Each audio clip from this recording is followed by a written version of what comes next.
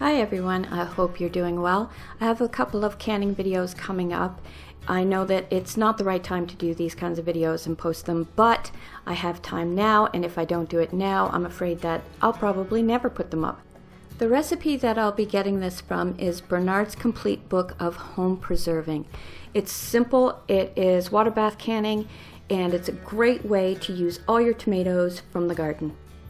Here are a few things you'll need: a jar lifter, a lid lifter, a ladle, something to burp your jars with. I use these wooden sticks for stirring, paper towel, vinegar, you can use a hot soapy cloth, a funnel, good pair of oven gloves, and your lids and rings. I will be canning in pint jars. I wash them and I put them in the oven to sterilize them at around 200 degrees for about 20 minutes, and then I just turn the oven off and keep them warm. Some people sterilize their jars in many different ways and some people don't. Now it's a little bit complicated, some will swear by it, some won't, but the actual procedures, you can Google it online, canning, sterilizing jars, the do's and the don'ts, and what you should be doing, what you shouldn't be doing, and if you have to at all.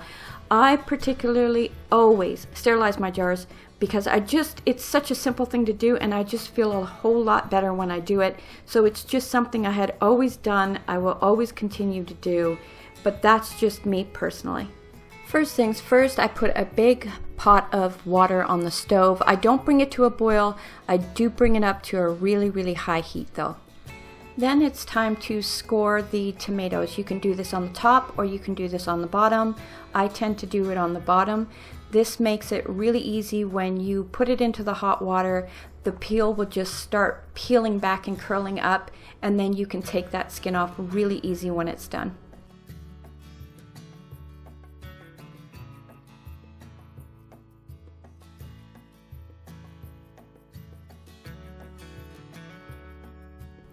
Then you can go ahead and start to put your tomatoes into the hot water. I always use a spoon of some sort, something that lets it go in gently instead of splashing hot water all over you.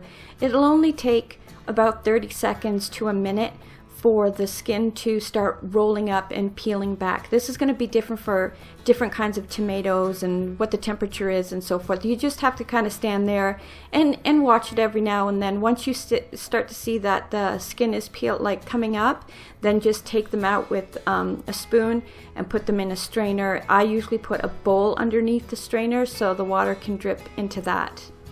Here you can see the skin peeling back. I can't stress enough how quickly you need to remove those tomatoes once this process starts. This isn't a cooking process, this is just loosening the skin so you can peel it process.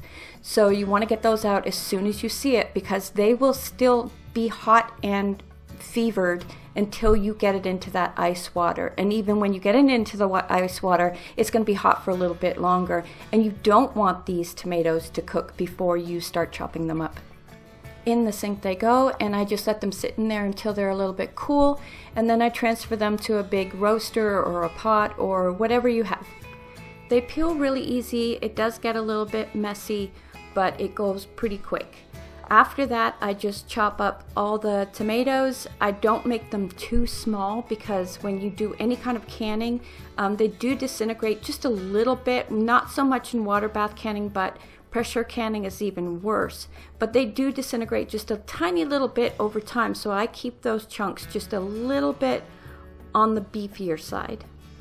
I try to cut up the vegetables kind of consistent with each other. I don't want anything to be too big and things to be too small. I kind of keep it consistent. I just hollow out the pepper and cut that up. Then I go on to the jalapeños, but I take out the core. I do not find that this is spicy at all. If you like a really spicy salsa, I would suggest that you leave some of the seeds in, but that's all up to you and what your palate can take. You have to be a little bit careful when doing this. A lot of people wear gloves, little, rubber gloves, latex gloves. It would be something to do. Don't let the kids around this. It can literally sting your skin, make your eyes burn a little bit if you're not used to it. I do cut these on the smaller side. I just feel that it's a little bit more pleasant to eat that way. I cut the garlic up pretty small as well. You can use a garlic press if you like. I'm not sure about using garlic from the jar, the kind that you can get from Costco or some places like that. I'm not sure if it's pure garlic or if they've mixed it with something, but if it is mixed with things, I wouldn't use it. I would just stick to the raw garlic that comes from the store. With the fresh cilantro, I just take some of the bigger stalks out of there and chop that up. Then comes the onions, just the same regular white onions anybody would use at the table. Just chop those up as well. Now I start to transfer everything to a big stock pot with a heavy bottom. All the tomatoes go in, including the liquid that has pooled at the bottom of the bowl. Now everything goes in: the cilantro, the green peppers, the jalapeno, the white onions, garlic, some cumin, tomato paste, white vinegar, and then it all goes to the stove. I'm going to read you this out of the book instead of me trying to explain it. Bring to a boil over medium-high heat, stirring constantly. Reduce heat and boil gently, stirring frequently until thickened about 30 minutes. I have my lids and rings all ready to go. You don't want the water to boil. You need it at a very high temperature though. You see the red seals around the lid. You need that to kind of be pliable to be able to seal onto your jars. It's for sterilization as well. The rings themselves, you don't need to warm them up. You don't need to sterilize them. You don't need to do anything like that. I just have a habit of that. I've always done it that way, and I will probably always do it that way. Now we start to fill jars. The one thing I want to say before I start this is very hot food and very hot liquid, so you need to have hot jars. You can't put a hot pack into a cool jar that's cooled down to the point of such a difference in temperature. The jar itself will crack and could crack on the counter right there, and then the bottom will fall out. It's very dangerous. So just make sure that when you're using, you're going to do a hot pack, just make sure that everything that you're using is hot. And if you're going to do a cool pack, then just make sure that things are, like your jars and things are room temperature. So, you know, when you're, just try to kind of keep it consistent with what you're doing. Keep your jars consistent with what you're doing. So I've got a hot pack here, I've got hot food, I've got hot jars, and it's going into the water bath canner that I have already put on. The rack is up. I've lost that footage. I don't know where it is, but I lost it. I apologize. But it is up to heat, and I did put a little glug of vinegar. I don't measure, just a little bit, so I don't have a problem with white jars as much. So here we go. We're going to start to fill these jars. When you fill up your jar, you want it to be a 1/2 inch headspace from the top. Then you want to give it a good stir, make sure all the bubbles are out of there. Then I take my paper towel and vinegar and I give it a good wipe down, make sure all the grease and everything is off of there. You can use a soapy water and a warm cloth if you have that. Then the next thing you have to do is put your lid on, center that. Then get your ring and put that on. You don't want to crank this down at all. You just want to meet first resistance and then a little tug till you get finger firm.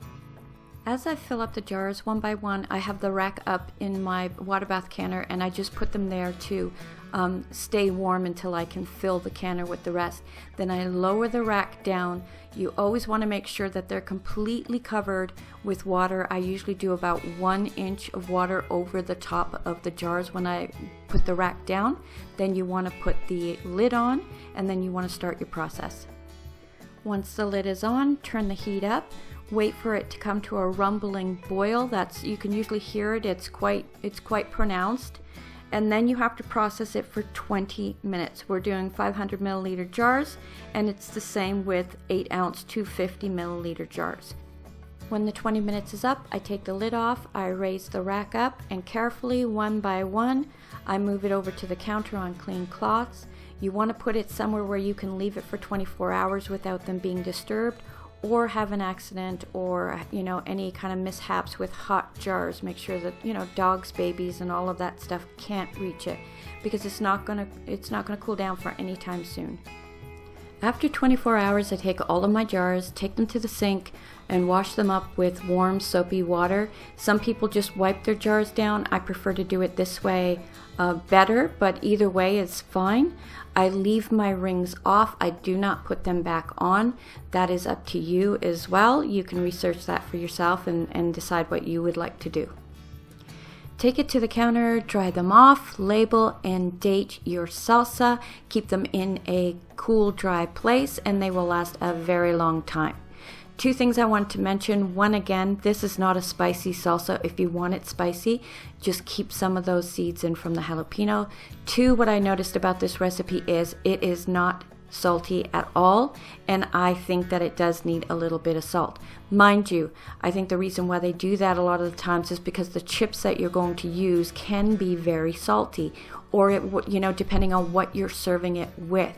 So when you open it up, give it a taste. If it needs more salt, just add it in when you open up that jar. Hopefully you guys enjoyed the video. If you liked it, give me a thumbs up. I would appreciate it. Till next time, Hado.